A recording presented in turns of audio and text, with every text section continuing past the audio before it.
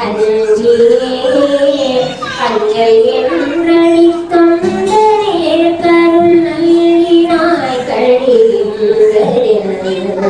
பஞ்சின் மேலடி பாவைமான் முனைந்தாடு பாண்டி கொடுமுடி நந்தனி கண்டனான் மலக்கினும் சொல்லும் நான் நமச்சிவாயவே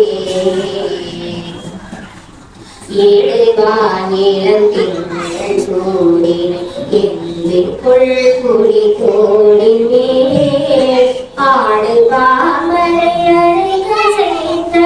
அழகனே அந்த காவிரி